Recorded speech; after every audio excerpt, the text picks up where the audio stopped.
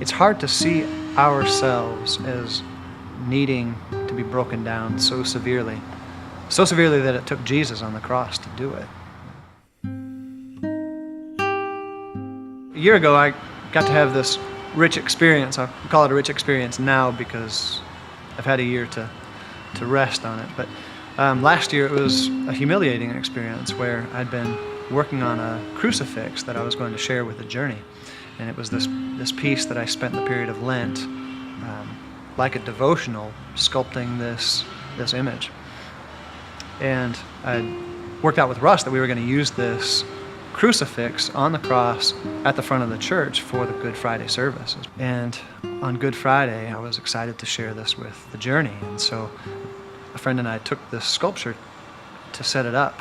And as we were getting it, like Iwo Jima set up on the stage, we got it set just so, and we're trying to get it angled properly. And as we were making the final moves to get him in place, he came crashing down off the cross and fell and busted on the stage in 1,000 pieces.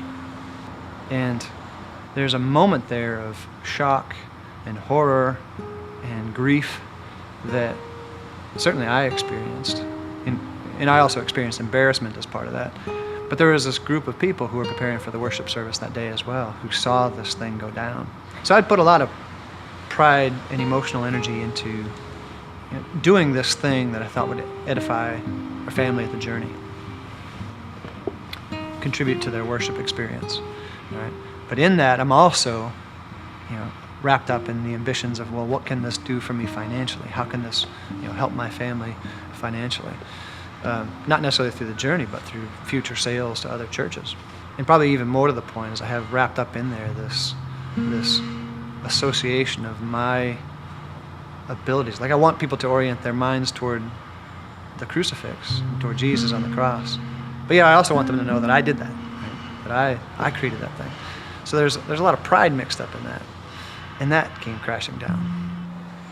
No matter who we are and where we are in our lives, we're always building these idols. We're always in the business of creating these things, trying to present them to the Lord and saying, Lord, would you look at this, what I've done, and bless me, right?